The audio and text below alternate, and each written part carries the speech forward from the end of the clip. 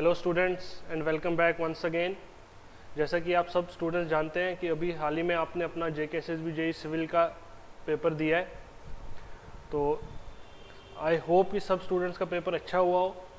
तो जिन स्टूडेंट्स का पेपर अच्छा नहीं हुआ है या बिलो एवरेज उन्होंने परफॉर्म किया है, उन्हें मैं यही कहूँगा कि और ज़्यादा मेहनत करें, अभी और पोस्ट आनी है।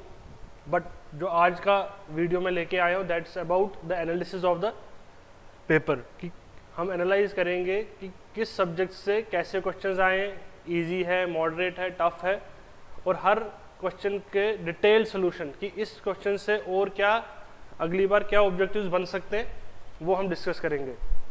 ठीक है, तो कुछ 2-3 इंपॉर्टेंट चीज़ें, इंपॉर्टेंट पॉइंट्स मैं आपके साथ डिस्कस करना चाहता हूँ। पहली बात तो ये, स्टूडेंट्स का फ़ोन आ रहा है, सर कट ऑफ पे वीडियो बनाइए, कट ऑफ प्रिडिक्ट कीजिए।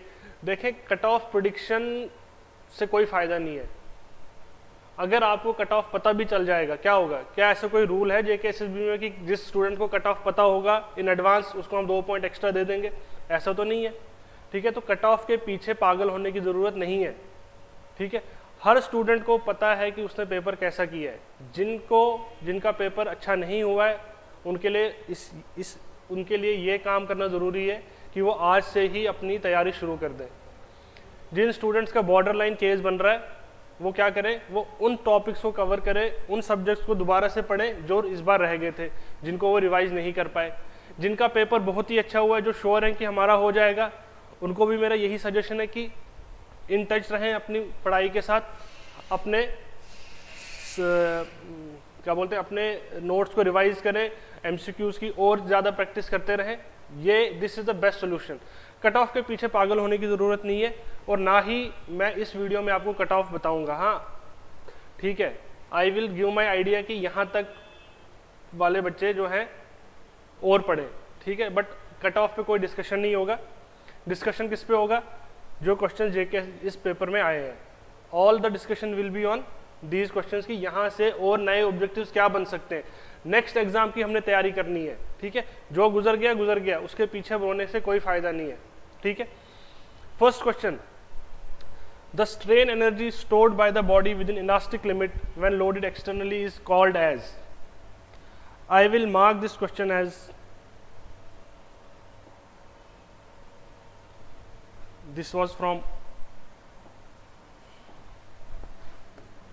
स्ट्रेंथ ऑफ मटेरियल्स का क्वेश्चन है,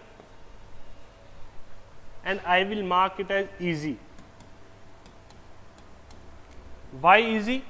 क्योंकि ये बिल्कुल इंट्रोडक्टरी पार्ट में से आपसे क्वेश्चन पूछा गया है। जो introduction of strength of materials है, तो वहां से क्वेश्चन आया है। और अगर आप पूरा पेपर देखेंगे, I will rank this whole paper as easy, क्योंकि अगर आप अपने सिलेबस के जितने भी टॉपिक्स हैं उनको उठा के उनकी इंट्रोडक्शन पढ़ लेते ना सिर्फ, तो आपके most of the question solve हो जाते। सो पहला क्वेश्चन क्या है? The strain energy stored by the body within elastic limit when loaded externally is called as. क्या क्या आपने नोट करना है? एक तो स्ट्रेन एनर्जी स्टोर हो रही है बॉडी में, within elastic limit store हो रही है, विद इन इलास्टिक लिमिट, और लोडेड एक्सटर्नली। इन 3 टर्म्स को लेके हम इस पूरे क्वेश्चन की डिस्कशन करेंगे। We will eliminate the wrong 3 options. ठीक है, देखें, अगर किसी बच्चे ने बेसिक तैयारी की होती,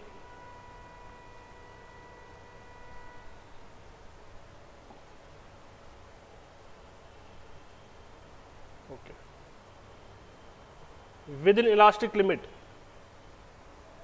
दिस इज लोडिंग, आपने लोडिंग की, लोड लगाया P, लोड लगाने की वजह से डिफ्लेक्शन आता है डेल्टा। ठीक है, within elastic limit it's linear. उसके बाद नॉन इलास्टिक रीजन स्टार्ट हो जाता है। For example, I am taking mild steel, तो माइल्ड स्टील का ग्राफ सबको पता है, क्लियर है?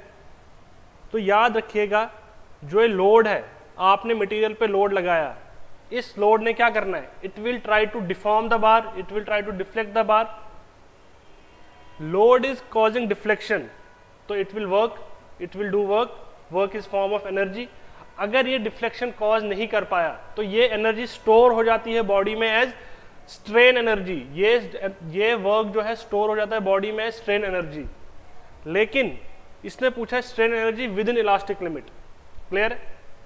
तो पहला पॉइंट, इलास्टिक लिमिट तक मींस ये जब आपका स्ट्रेस और स्ट्रेन प्रोपोर्शनल हो, वहां तक आपका area under the graph of load and deflection, this is nothing but energy stored up to elastic limit. Elastic limit तक ये एनर्जी स्टोर होती है और इसको बोलते हैं resilience.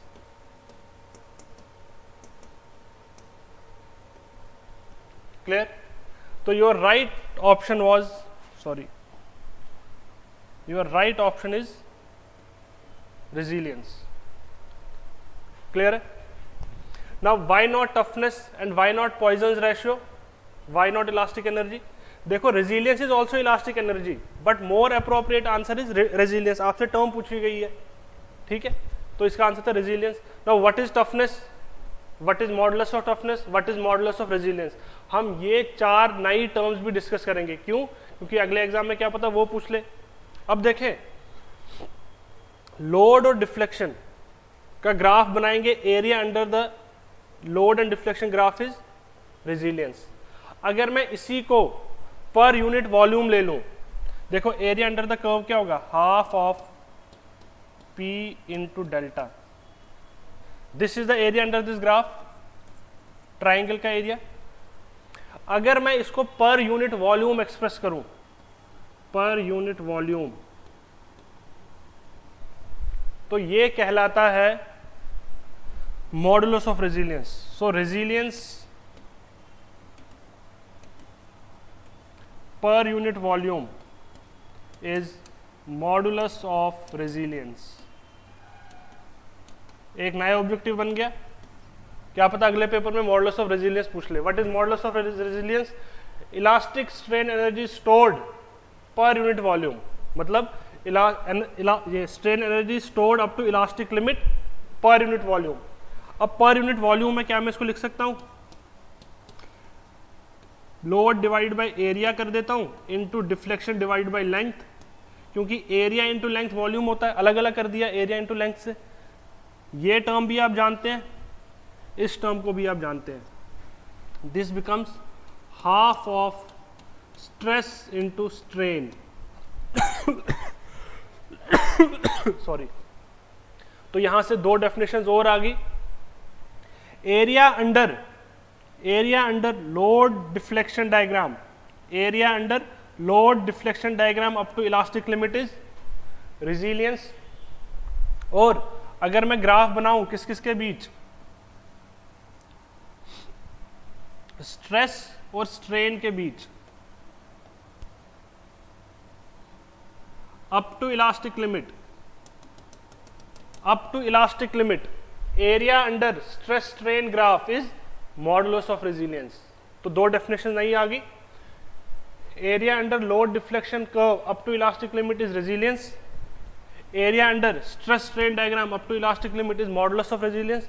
Now what is toughness? Toughness क्या है?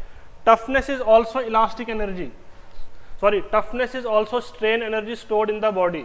लेकिन कहां पर, कहां तक? इस पॉइंट तक। ये पूरा area, this whole area is known as toughness. So toughness का आंसर क्यों नहीं है? क्योंकि toughness is strain energy stored up to fracture point तक। फ्रैक्चर पॉइंट तक जो स्ट्रेन एनर्जी स्टोर होगी उसको टफनेस बोलेंगे। And toughness per unit volume is modulus of toughness. तो टफनेस का आंसर नहीं हो सकता, ये भी नहीं है। Now what is Poisson's ratio? This is I. What is Poisson's ratio? Poisson's ratio is nothing but ratio of lateral strain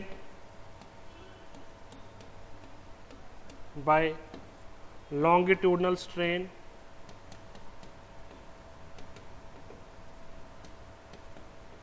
when uniaxial loading is done। ठीक है, under uniaxial loading lateral strain by longitudinal strain is Poisson's ratio. Clear है? Poisson's ratio पे next exam में क्या question आ सकता है, what is the range of Poisson's ratio? It's range is from -1 to 0.5, -1 to 0.5 इसकी रेंज है। ठीक है, डिफरेंट डिफरेंट मटेरियल्स का पॉइजन्स रेशियो पूछ सकता है वो। क्लियर है?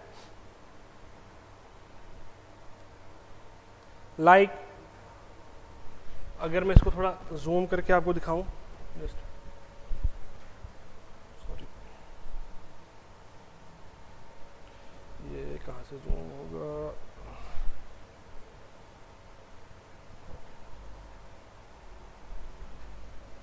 Just a second. Okay, Poisson's ratio for mu for glass is 0.05 to 0.1, 0.05 to 0.1 for glass, 0.1 to 0.2 for concrete. But most important value, what is the Poisson's ratio for perfectly plastic body? Perfectly plastic body के लिए mu क्या है? That is 0.5. For pure rubber, और perfectly plastic body mu is 0.5। हो सकता है अगली बार ये क्वेश्चन आ जाए। ठीक है, तो हर एक ऑप्शन से जो जो नए ऑब्जेक्टिव्स बन सकते हैं वो हम डिस्कस करेंगे। क्लियर हो गया? और question number 1 answer is resilience. ठीक है, now let's move on to next question. Okay, next question is what will be the speed of the vehicle if length of transition curve is 70 metre and super elevation is 15 centimeter, assuming rate of super elevation as 2 centimeter per second. I will say it is a moderate question from highway engineering. होता तो ये easy question था, but why I have given it a ranking of moderate, उसका reason अभी आ जाएगा। जिन बच्चों ने अच्छे से ट्रांजिशन कर्व के बारे में पढ़ा होगा, they know कि बुक्स में ट्रांजिशन कर्व को कैलकुलेट करने के 3 मेथड्स हैं। 3 क्राइटेरिया से आप ट्रांजिशन कर्व को कैलकुलेट कर सकते हैं। Length of transition curve can be calculated based on 3 criterias, on the basis of rate of change of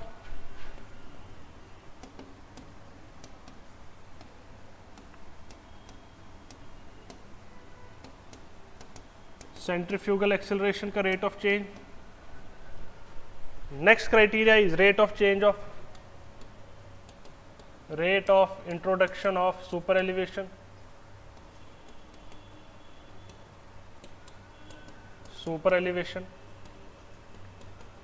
and third criteria is nothing but IRC's empirical formula.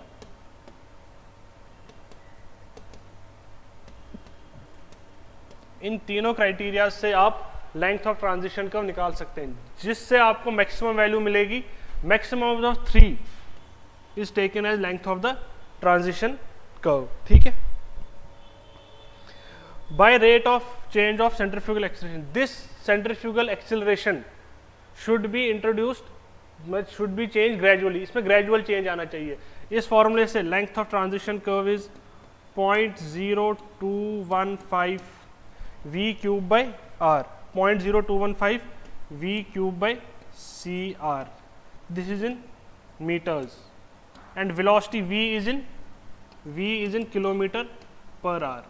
ठीक है, c is nothing but rate of change of centrifugal acceleration. c कैसे आएगा? c is 80 divided by 75 plus r, 80 divided by 75 plus v, not r, 80 divided by 75 plus v।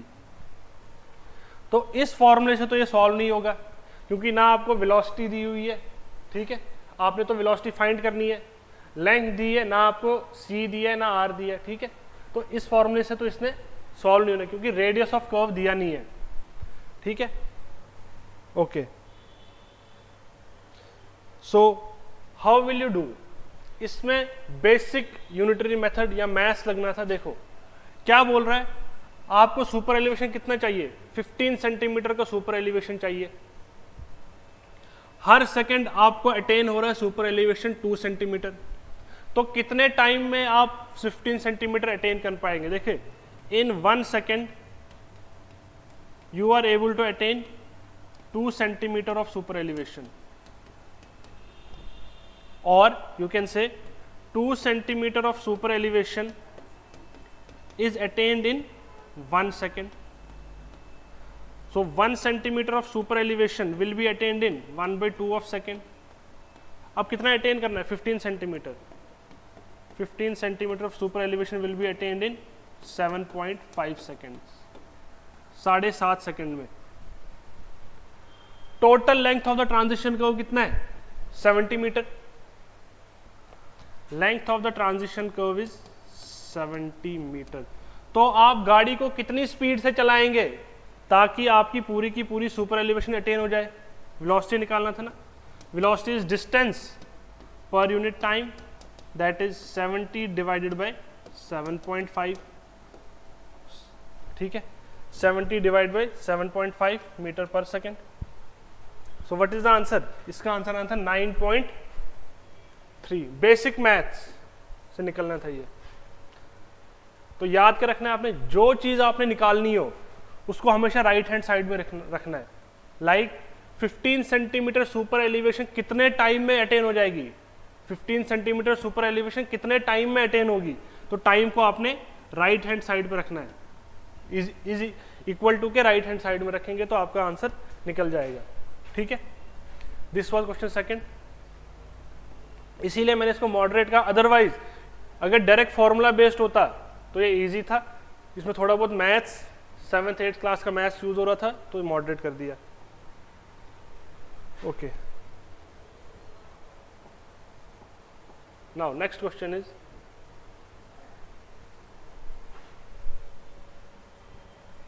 just a second.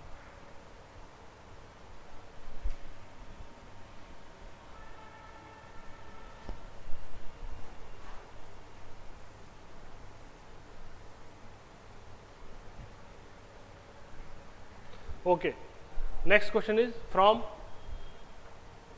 RCC.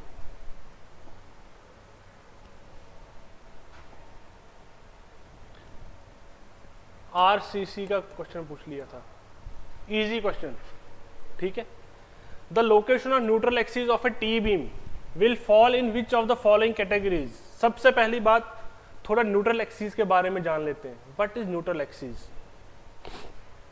चाहे जो मर्जी shape का आपका beam हो, चाहे rectangular beam हो, टी बीम हो, ट्रायंगुलर बीम हो, सर्कुलर बीम हो, न्यूट्रल एक्सिस की एक प्रॉपर्टी अगर आप याद रखेंगे तो आपके क्वेश्चन हो जाएंगे.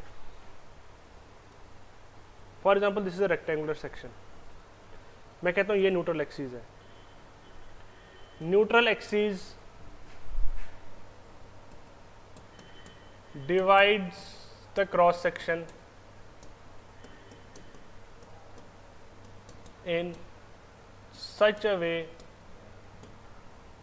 that if we calculate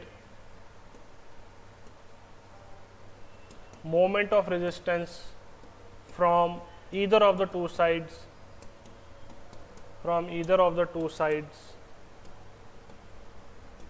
it will be same. For example, this is reinforced. इसमें रीइंफोर्समेंट है. For example, this is reinforced. तो जितना मोमेंट ऑफ जितना आपको moment of resistance tension side से मिलेगा उतना ही कंप्रेशन साइड से मिलना चाहिए. तो आप एरिया को कैसे डिवाइड करोगे? Neutral axis divides the cross section in such a way that if we calculate moment of resistance from any of the two sides it will give the same moment of resistance. Clear हो गया? But ये definition तब use करेंगे अगर आपका non homogeneous section है. ये concrete है, this is concrete and this is steel. अगर ये होमोजीनियस हो, मीन्स एक ही मटेरियल का बना हो, this beam is wholly and solely made of concrete, तब डेफिनेशन क्या होगी? तब डेफिनेशन बोलेंगे neutral axis is such an axis which divides the area into two equal parts. अगर होमोजीनियस सेक्शन हो. ठीक है, तो आपका T beam is something like this.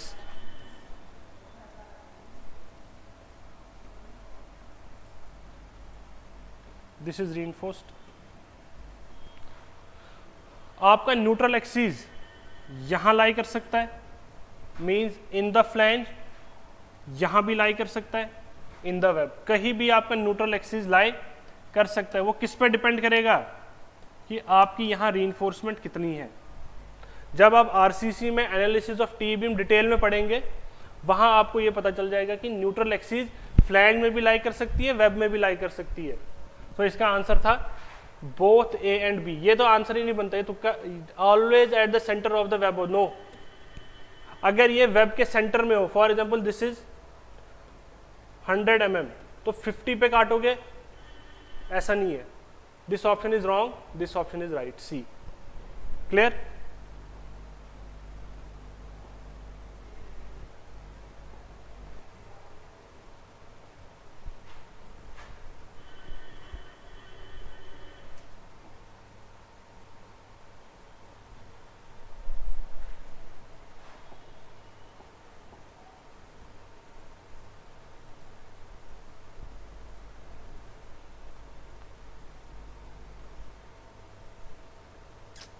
Hang हो गया, आजा भाई नीचे।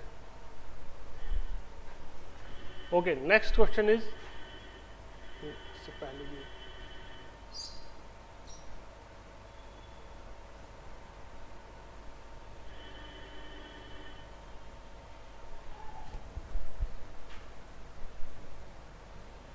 what is the dimensional formula of pressure gradient? Very easy question.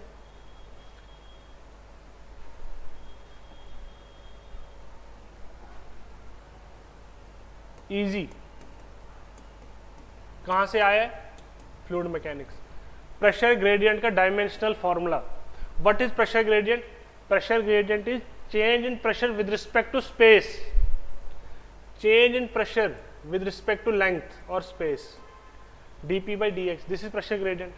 Pressure क्या है? अब क्योंकि डायमेंशनल फॉर्मूला निकालना है in terms of mass, length and time, तो बेसिक यूनिट्स यूज करेंगे। Pressure is force per unit area and length is nothing but one length. Force is mass into acceleration, this is area into length। ठीक है, अब देखो acceleration is rate of change of velocity per with respect to time, तो mass को ऐसे ही रखो। velocity is metre पर second, तो एक्सेलरेशन क्या होता है? मीटर पर second square, means length divide by time square. यहां ऑलरेडी एरिया इनटू लेंथ आ रहा है, ठीक है।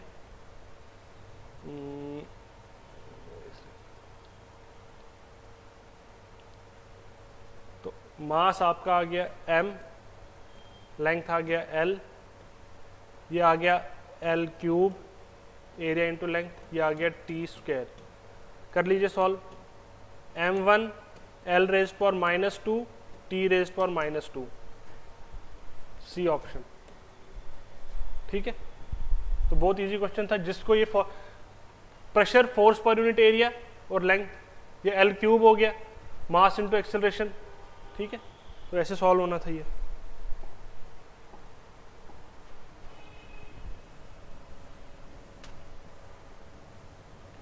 Now, next question. This was from CPM PERT. I will treat it as a moderate question. The reason being moderate from CPM. क्यों moderate था? क्योंकि lead time की definition पता होनी चाहिए, और there are different lead times. कौन सा लीड टाइम पूछा है वो क्वेश्चन से ही निकालना था।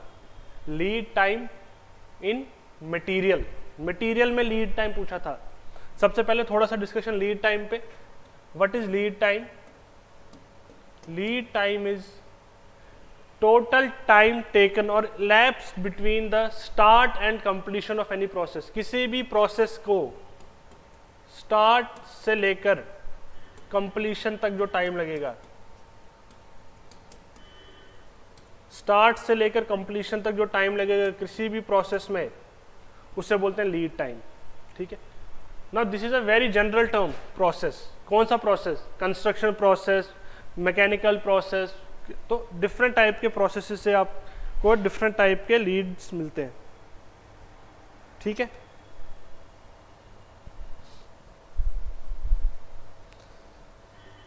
ओके।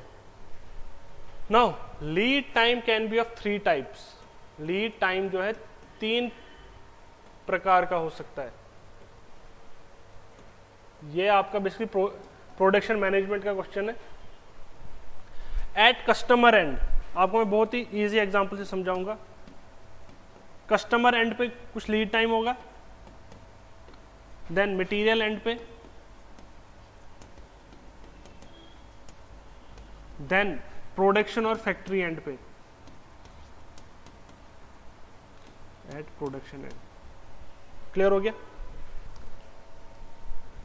फॉर एग्जाम्पल, आप जोमेटो से कुछ ऑर्डर करते हैं, आपको भूख लगी, आपने पिज्जा ऑर्डर कर दिया जोमेटो से। आपको कितना टाइम लगा जोमेटो ऐप ओपन करने में, ऑर्डर प्लेस करने में, पेमेंट करने में और ऑर्डर कंफर्मेशन मिलने में? वो कस्टमर के एंड का लीड टाइम है। कस्टमर एंड पे लीड टाइम क्या है? टाइम इलैप्स्ड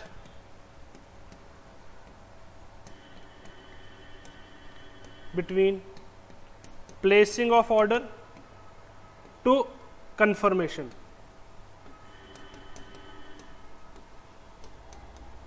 ऑर्डर प्लेसमेंट से ऑर्डर कंफर्मेशन तक आपने जोमेटो ऐप ओपन की, 10 मिनट के बाद आपको एसएमएस आता है your order has been confirm. तो 10 मिनट आपके एंड पे, 10 मिनट्स नहीं, इतना टाइम नहीं लगता है, से 2 मिनट में आपने ऑर्डर कर दिया। So 2 minutes is the lead time at customer end. For example, आपने कहाँ से पिज़्ज़ा ऑर्डर किया? डोमिनोज से। डोमिनोज वालों को जैसे ही आपका ऑर्डर मिला, उसने क्या किया? डोमिनोज वाले ने, वो क्या करेगा? रॉ मटेरियल जमा करना शुरू करेगा। अगर उसके पास रॉ मटेरियल नहीं हुआ, पिज़्ज़ा बेस नहीं है उसके पास, उसने ऑर्डर किया pizza base, placing order for material, अगर उसके पास नहीं है तो ये टाइम भी लगेगा। अगर उसके पास पिज़्ज़ा बेस हुआ, बाकी मटेरियल्स, ठीक है, लाइक मशरूम, प्याज, टमाटर, जो भी आपने डलवाना है, एक्स्ट्रा चीज़, वो सारा मटेरियल उसने जमा किया। Placing of the order for material, arranging the material,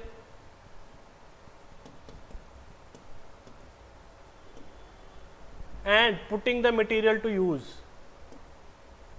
putting material to use, आपने सारा मटेरियल जमा करके पिज्जा बना दिया। This is the lead time at material and.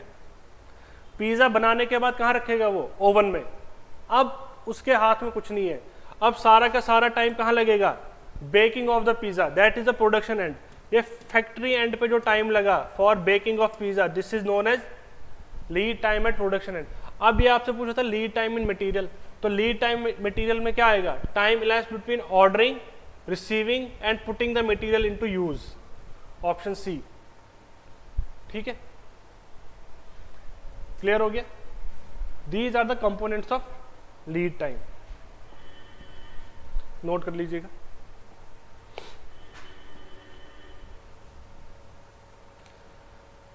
Okay, question number 6।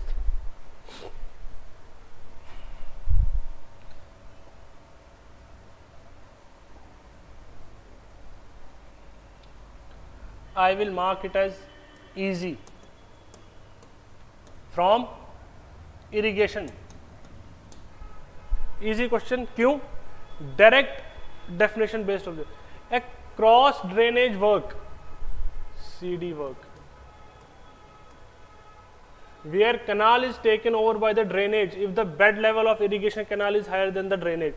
अगर आपको इसका आंसर नहीं पता होता, यू वुड हैव बीन, आप इसको कैसे कर सकते थे? इजिली एलिमिनेट कर सकते थे। एक्विफर, एक्विफ्यूज, एक्विक्लूड, इन 3 का क्रॉस ड्रेनेज वर्क से कुछ लेना देना ही नहीं है, तो आंसर था ए। क्लियर हो गया? लेकिन हम इतना ही डिस्कशन नहीं करेंगे कि एलिमिनेटिंग द 3, हम क्रॉस ड्रेनेज के बारे में बात करेंगे। क्या पता अगले एग्जाम में आपसे क्रॉस ड्रेनेज पे क्वेश्चन पूछ ले।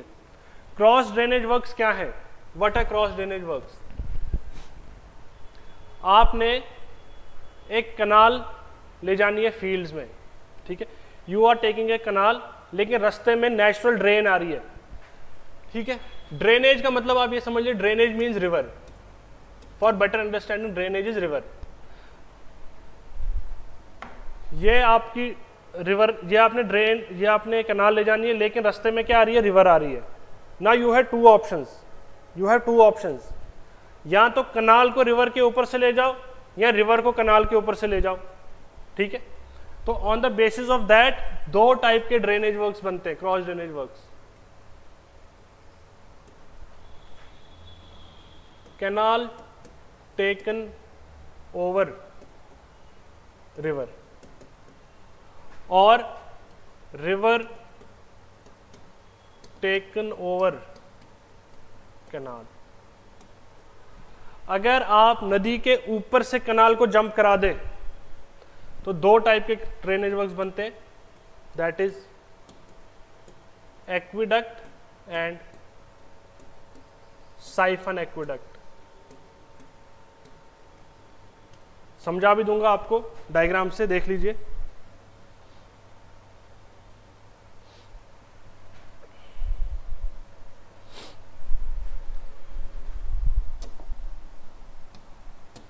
ये आपकी रिवर है, इस डायरेक्शन में पानी जा रहा है, दिस इज रिवर। इसको मैं लिख रहा हूं RBL, रिवर बेड लेवल। इसके ऊपर आएगा HFL, highest flood level. River में हमेशा फ्लड लेवल लिखते हैं। ये आपकी नदी जा रही है, ठीक है, दिस इज योर रिवर। इसके ऊपर से आप कनाल ले जा रहे हैं, perpendicular to this board you are taking the canal. River का वाटर लेवल ये है, मेरा हाथ, कनाल का बेड लेवल ये है। तो कनाल कितना ऊपर है, बहुत ऊपर है। There is lot of difference between highest flood level and canal bed level, ठीक है।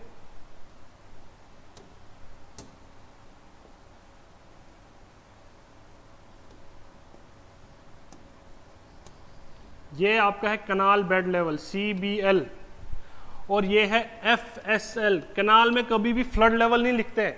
कनाल का जो वाटर लेवल होता है उसको बोलते हैं फुल सप्लाई लेवल। अगर आपका कनाल इज रनिंग फुल तो उसको बोलेंगे फुल सप्लाई लेवल, FSL।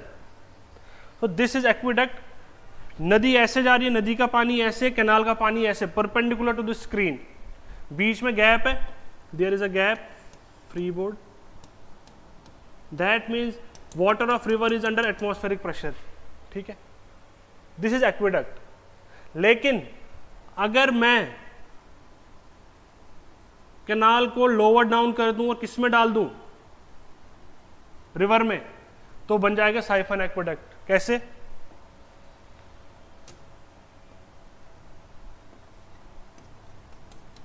ये रिवर बेड लेवल, ये हाईएस्ट फ्लड लेवल,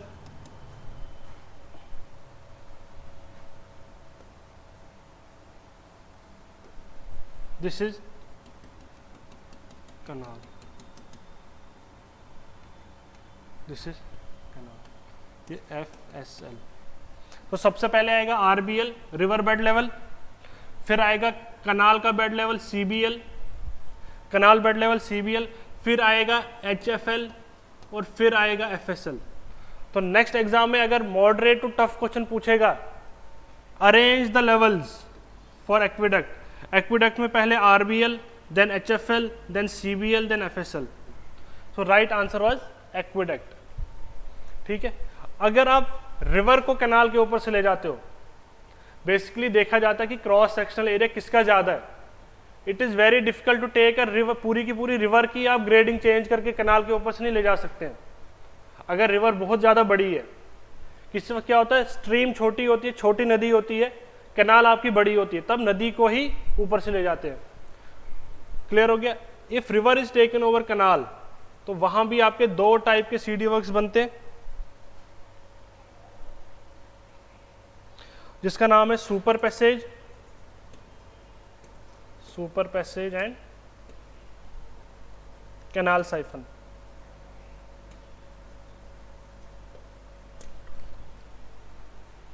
क्लियर है?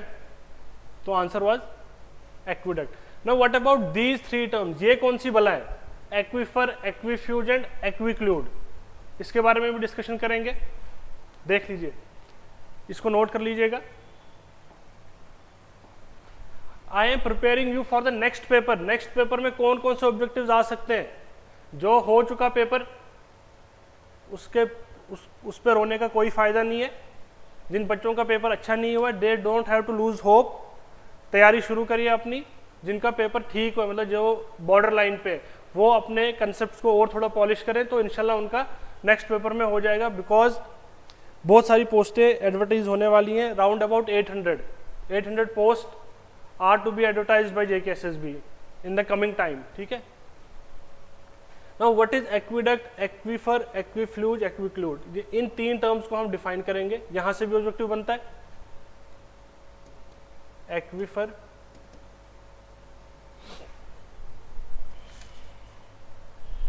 एक्विटार्ड, जो कि ऑप्शन में नहीं है बट फिर भी डिस्कस करेंगे हम। एक्वीफर, एक्विटार्ड, एक्वीक्लूड,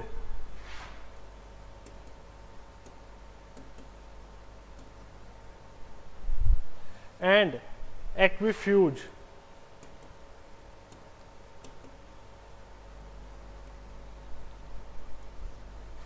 बहुत आसान तरीके से आप इन सब टर्म्स को याद कर सकते हैं। क्या चीजें हैं, क्या बला है, ये देख लीजिए। These are all the formations और मटेरियल्स जो पानी को होल्ड करते हैं और फिर पास ऑन कर देते हैं। कोई भी बॉडी क्या कर सकती है? It can hold water and then it can pass on, flow करवा सकती है पानी को। पानी को होल्ड करने की कैपेसिटी को बोलेंगे पोरोसिटी और पोरस, पोरोसिटी लिख रहा हूं मैं। एंड पानी को फ्लो करने की capability, if a body permits water to flow through its body, it is seepage. और ठीक है, कौन सी बॉडी कितना पोरस है वो डिपेंड करेगा उसका पोरोसिटी क्या है, कितने वॉइड्स हैं। अगर वॉइड्स बहुत ज्यादा हैं तो वो बहुत ज्यादा पोरस होगी। लेकिन अगर वॉइड्स इंटरकनेक्टेड नहीं है, फॉर एग्जांपल दीज आर, मैं आपको एक सॉइल मास बना रहा हूं, दीज आर द वॉइड्स। इन वॉइड्स में पानी है, बहुत ज्यादा वॉइड्स हैं, means volume of voids as compare to the volume of whole soil is very high. इसी को पोरोसिटी बोलते हैं। ये बहुत ज्यादा है, मींस वॉइड्स बहुत ज्यादा है, highly porous, highly porous. Yes, aquifer is highly porous, बहुत ज्यादा वॉइड्स होते हैं, पानी को होल्ड करते हैं। लेकिन साथ ही में क्या होता है, these voids are very highly interconnected, बहुत अच्छा इंटरकनेक्शन है इनका आपस में, पाइप नेटवर्क बहुत अच्छा है, तो ये पानी को फ्लो भी करने देंगे। जब पानी को फ्लो करने के लिए बोलेंगे तो फ्लो भी करने देंगे। तो seepage is also allowed, yes. So aquifer is that material or that formation which is highly porous as well as highly permeable, दोनों चीजें उसमें। क्लियर हो गया? वाटर होल्डिंग कैपेसिटी भी है और जब आपने यील्ड करना होगा पानी, यील्ड भी कर सकते हो, that is aquifer. Example sand and gravel. Next exam में यही ऑब्जेक्टिव आ जाएगा, क्या पता। What is aquifer? जिसमें पोरोसिटी भी है और परमिएबिलिटी भी है, सीपेज भी अलाउ करता है। Aquitard, now remember this word tard, retard, किसी चीज को रोकना, कम करना, दैट इज रिटार्ड। पोरस है, यस, बहुत ज्यादा पोरस है, लेकिन सीपेज परमिएबिलिटी कम है, low permeability, low seepage capacity, low seepage discharge. क्यों? पोर्स बहुत ज्यादा है लेकिन इंटरकनेक्टिविटी एफिशिएंट नहीं है, interconnectivity of the pores is not efficient, तो उसको बोलेंगे aquitard. Example silt. What is aquiclude? Aquiclude porous है, पानी को होल्ड कर सकता है पोर्स में। एक्विक्लूड में क्या है, ये पोर्स है, इनमें पानी है,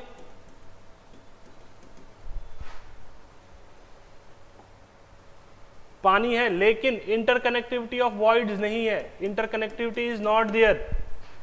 पानी है लेकिन देता किसी को नहीं है, no seepage capacity, that is aquiclude. Example clay, आप सबको पता है क्ले जो है पानी को रिटेन कर लेता है। रिटेन किसमें करता है, वाटर होल्डिंग कैपेसिटी क्ले की बहुत ज्यादा है, पोर्स में वाटर होल्ड करता है, लेकिन due to poor interconnectivity of voids आपकी परमिएबिलिटी या सीपेज डिस्चार्ज उसमें नहीं मिलेगा। एक्विफ्यूज क्या है, ना ही पोरस है और ना ही, जब पोरस ही नहीं है, जब वॉइड में पानी ही नहीं है तो देगा क्या, दैट मीन्स ना ही पोरस है ना ही परमिएबल है। Example rock. तो बात समझ आ गई, what are these three terms about. तो 1 2 3 4 5 6 7 8 9 10 11 12 13 14 15 16 16 ऑब्जेक्टिव्स फ्रॉम दिस क्वेश्चन जो आपके पास बन गए, ठीक है। तो right answer was aqueduct, but what about these three options, आपको आइडिया लग गया, क्लियर है।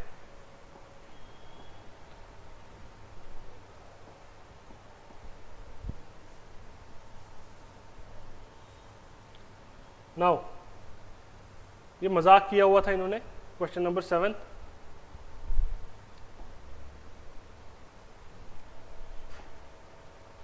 What is total annual average consumption of community divided by population per year? पूरे साल जो आपने पानी कंज्यूम किया, यूनिट्स विल बी लीटर्स, पूरा साल डिवाइड करोगे 365 से तो पर डे आ जाएगा पूरी पॉपुलेशन का। डिवाइड बाय पॉपुलेशन करोगे तो क्या आ जाएगा, एक दिन एक आदमी कितना पानी कंज्यूम करता है, उसी को बोलते हैं per capita water demand, LPCD, litres per capita per day. Discharge is nothing, discharge तो मीटर क्यूब पर सेकेंड है। वाटर क्वालिटी भी नहीं हो सकता, amount of water level stored. So options eliminate करके भी आप क्वेश्चन कर सकते हो। मोस्ट जो क्वेश्चन थोड़ा बहुत डिफिकल्ट था इस एग्जाम में, उसको इजी बना दिया आपके ऑप्शंस ने। ऑप्शंस वर टू मच इररिलेवेंट, ठीक है। तो right answer was LPCD।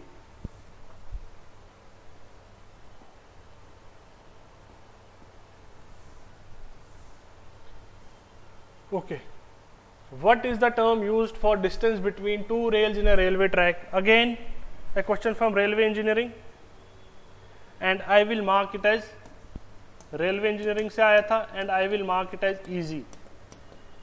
Why easy? बिल्कुल क्योंकि वर्बेटिम क्वेश्चन था, बिल्कुल डेफिनेशन बेस्ड था। जिसने इंट्रोडक्शन पढ़ा होगा इन डेफिनेशंस का वो आंसर बता देगा। दो रेल्स हैं, these are two rails, the distance between two rails is what, gauge, ठीक है, क्लियर हो गया, दिस इज गेज। बलास्ट तो is something different. For example अगर आप सामने से देखोगे, rails are running perpendicular to this plane, this is one rail, this is second rail, ठीक है। इनके नीचे क्या होता है, ब्लास्ट लेयर होती है, ठीक है। तो दिस इज समथिंग एल्स, ये भी नहीं हो सकता, ये भी नहीं हो सकता। Right answer is track gauge, clear.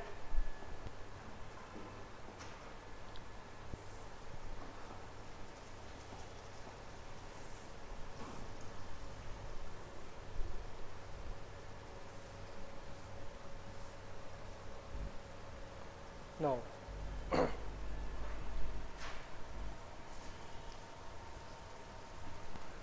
now I will not say this was a moderate question, I will say this was a good question from surveying and easy. अगर इसको रैंकिंग देनी होगी, it was a easy question. क्या पूछ रहा है, in chain surveying the area to be surveyed is divided into number of frameworks, ठीक है, जिनके हम क्या बोलते हैं, well conditioned triangles. Which of the following conditions would satisfy the should satisfy for the triangle to be well condition. For example आपने ये area survey करना है, this is the area to be surveyed, ठीक है। How you will सर्वे, आप इस area को triangular frameworks में डिवाइड कर दोगे, छोटे छोटे ट्रायंगुलर फ्रेमवर्क्स में डिवाइड कर, this triangle 1, triangle 2, triangle 3, triangle 4, triangle 5, like this. But कैसे ट्रायंगल्स में डिवाइड करोगे, what are the conditions to be satisfied, मन मर्जी से ट्रायंगल्स को डिवाइड नहीं करना है, ठीक है। सबसे पहले क्या क्वेश्चन बन सकता है कि आप किस ट्रायंगल को वेल कंडीशन ट्रायंगल बोलेंगे, कौन सा ट्रायंगल वेल कंडीशनड होता है, वेल कंडीशनड ट्रायंगल, ठीक है। A well conditioned triangle should satisfy 3 qualities या 3 conditions को satisfy करना चाहिए। सबसे पहली condition which a well conditioned triangle should satisfy, that it can be plotted accurately. It can be plotted accurately by intersection of two arcs, by intersection of arcs from baseline. Baseline से अगर आप 2 arcs draw करोगे, उनकी intersection से आपका triangle बन जाए, but accurately बनना चाहिए, ठीक है। नेक्स्ट चीज जो आपने याद रखी, मैक्सिमम एक्यूरेसी कब आएगी, for maximum accuracy angle of intersection of arcs, angle of intersection of arcs should be 90 degree. Next objective, नया ऑब्जेक्टिव जो अगले एग्जाम में आ सकता है, मैक्सिमम एक्यूरेसी के लिए आर्क्स किस एंगल पे इंटरसेक्ट करनी चाहिए, 90 डिग्री पे, क्लियर। एक और ऑब्जेक्टिव बन सकता है, for equal distribution of error, for equal distribution of error आपके angles of triangle should be each of 60 degree. That means equilateral triangle अगर बना तो आपका जो एरर है हर एक साइड में इक्वली डिस्ट्रीब्यूट हो जाएगा, ठीक है। सो इसका आंसर था no angle should be less than 30 degree और ग्रेटर देन 120 डिग्री, डी। ना ही 30 डिग्री से कम होना चाहिए, ना ही 120 डिग्री से ज्यादा होना चाहिए। अभी डायग्राम बनाऊंगा और अच्छे से समझ आ जाएगा, देख लीजिए। वेट अ सेकेंड, पहले तो इसका answer, it's answer was D, clear है, okay. For example this is your base line A B, इस बेस लाइन पॉइंट ए से मैंने एक आर्क ड्रा की लाइक दिस, पॉइंट बी से मैंने एक और आर्क ड्रा की लाइक दिस। अगर ये 90 डिग्री पे इंटरसेक्ट करते हैं, if these arcs intersect at 90 degree, तो आपको मैक्सिमम एक्यूरेसी मिलेगी, मैक्सिमम एक्यूरेसी मिलेगी, क्लियर हो गया। You will get maximum accuracy.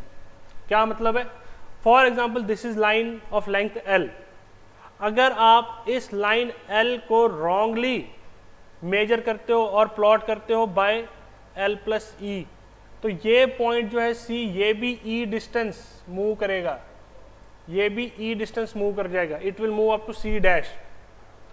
लेकिन अगर ये एंगल 90 डिग्री से ज्यादा हुआ, if this angle is 60 degree, अगर ये एंगल 60 डिग्री हुआ, तो for a linear error of E it will move 1.15 times of E, ये यहां पहुंच जाएगा।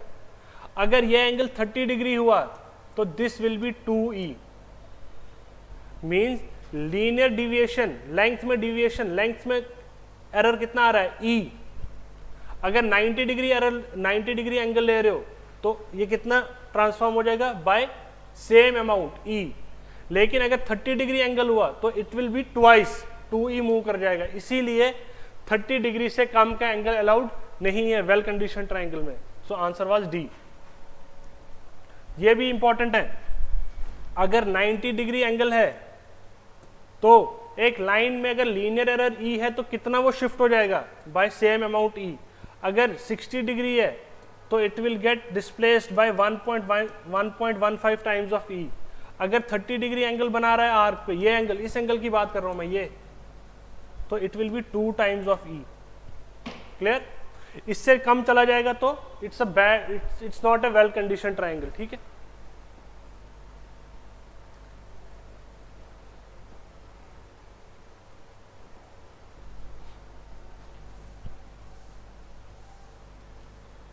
okay, next question is in a bending beam the point of contraflexion is a point where, easy objective, किसी ने खाली definitions भी पढ़ी होती तो उसका हो जाना था, सॉम का easy question.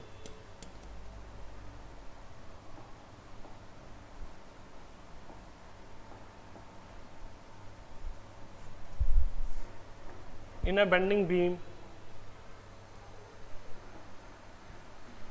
the point of contraflexion is a point where bending moment changes sign। bending moment positive से नेगेटिव या नेगेटिव से पॉजिटिव हो जाता है। फॉर एग्जांपल ये आपका फिक्स्ड बीम है,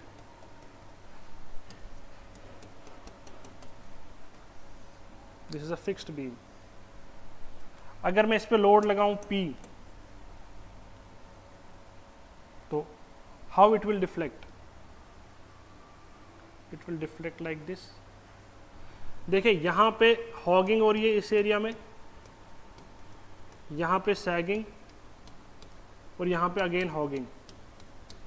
मींस यहां नेचर ऑफ बेंडिंग मोमेंट, अगर बेंडिंग मोमेंट डायग्राम बनाऊंगा it will be like this, negative bending moment hugging, positive bending moment sagging, negative bending moment hugging.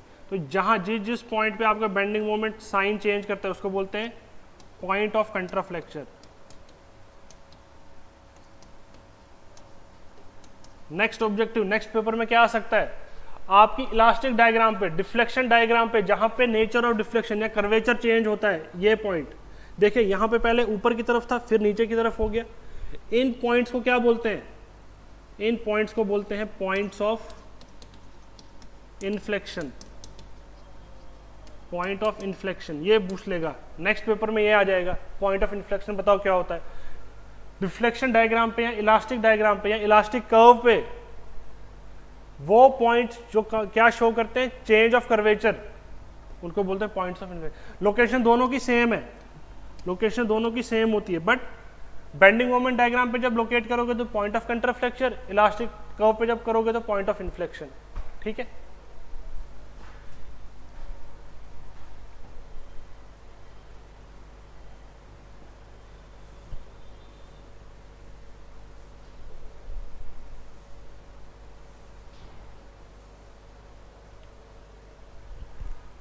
Now next question from, ये बता दिया मैंने।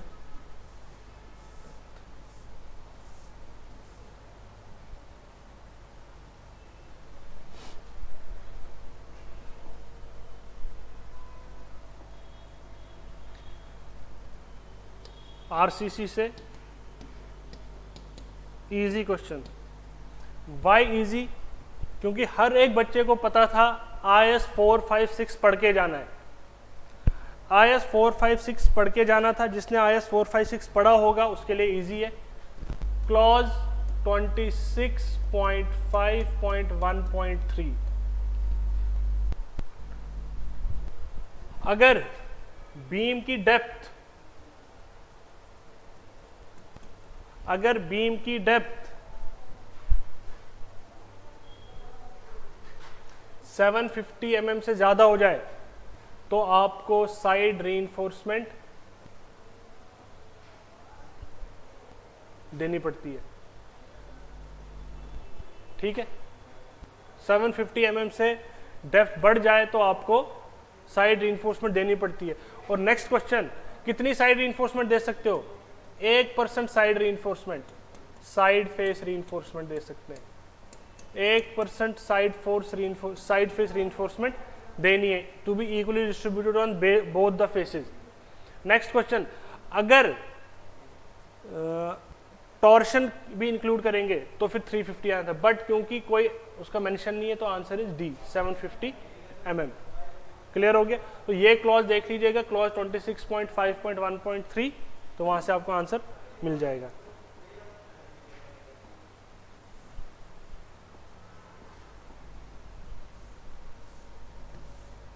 Okay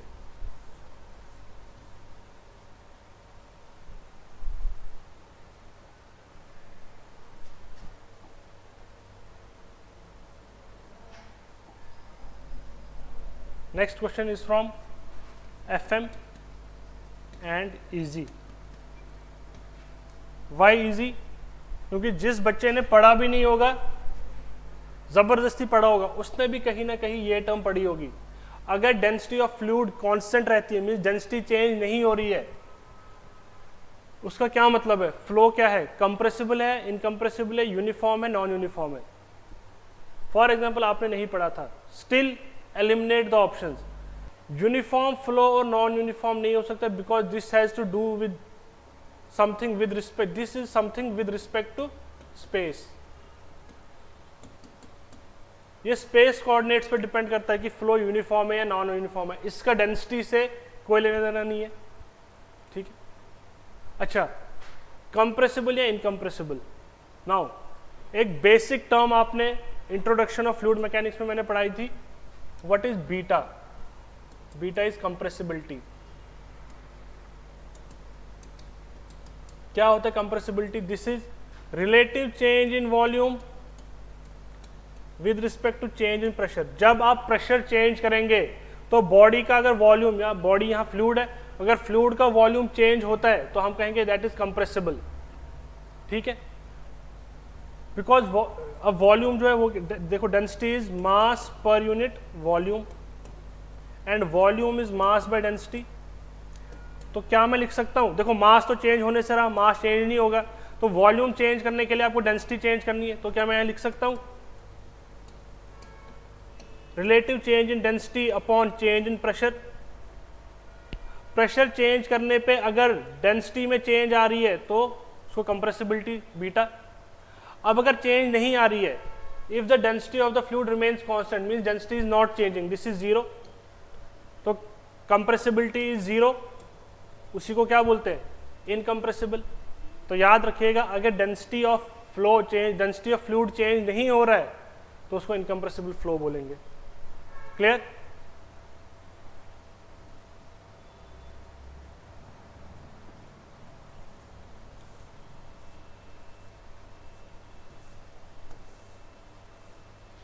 okay, easy question, इस पे ज्यादा discussion की जरूरत नहीं है।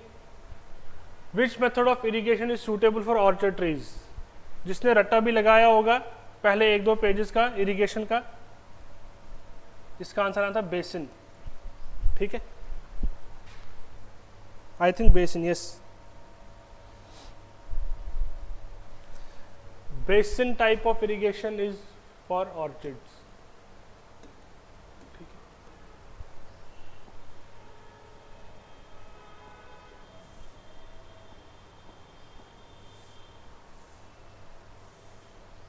Again from environment, water demand में से क्वेश्चन है, इजी क्वेश्चन।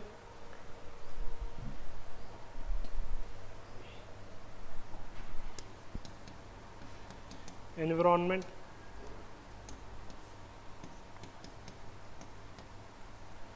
इजी क्वेश्चन है। ठीक है,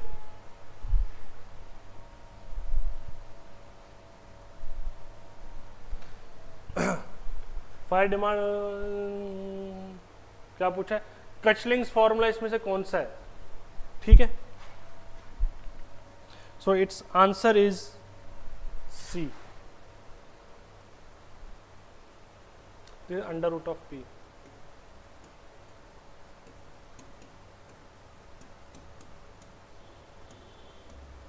हो सकता है नेक्स्ट पेपर में पूछे ये कौन सा फॉर्मूला है? This is Freeman's formula. ठीक है, this is Freeman's formula and it is 1136.5 नहीं है, 1136 p/5 + 10। ठीक है, एंड 5c36 root of p is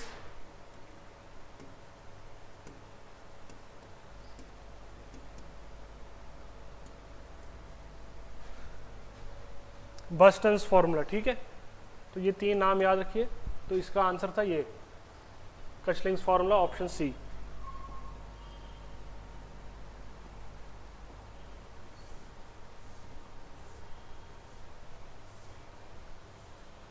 again a question from fluid mechanics, basic question है, इजी क्वेश्चन है।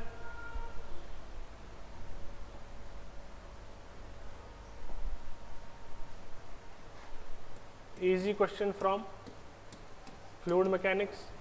क्या पूछ रहा है? Which equation states that during fluid flow piezometric head velocity head is constant along a stream line. P by rho g plus V square by 2g plus Z is constant. This is nothing but head form of Bernoulli's equation, energy equation की head form, ठीक है। P, rho g और Z इन दो को मिला के बोलते हैं piezometric head और इसको बोलते हैं velocity head। P by rho g plus Z, this is piezometric head, this is piezometric head और इसको बोलते हैं velocity head v square by 2g को। तो इनका सम हमेशा कांस्टेंट रहता है अगर आप लॉसेस को नेग्लेक्ट कर दें, तो that is nothing but Bernoulli's equation. Continuity equation क्या है, यूलर्स इक्वेशन क्या है, the Laplace formula is something different. Euler's equation is a momentum equation, इसी की इंटीग्रेशन से बर्नौलीज इक्वेशन बना। Continuity equation is mass equation, conservation of mass पे है ये मास इक्वेशन। तो इसका right answer was Bernoulli's equation. Clear हो गया? सो 15 क्वेश्चंस हमने आज डिस्कस किए और इन्हीं 15 क्वेश्चंस पे नए 30 to 40 ऑब्जेक्टिव्स मैंने आपको बता दिए जो वो पूछ सकते हैं। तो बजाय इसके कि आप इस क्वेश्चन पेपर को देखें, हाय मेरा ये क्वेश्चन ठीक हो सकता था, मेरा ये क्वेश्चन गलत हो गया, ये इतना ईजी था, मैं ये कर लेता, 2 नंबर और आ जाते, मेरा हो जाता, तो वो सब फिक्र नहीं करनी है। अब आगे जो पोस्ट आने वाली हैं उसकी तैयारी कीजिए, उसमें नोट्स बनाइए आज से ही, तो अपनी तैयारी स्टार्ट कर दीजिए। ठीक है, thank you so much for today's lecture, thank you.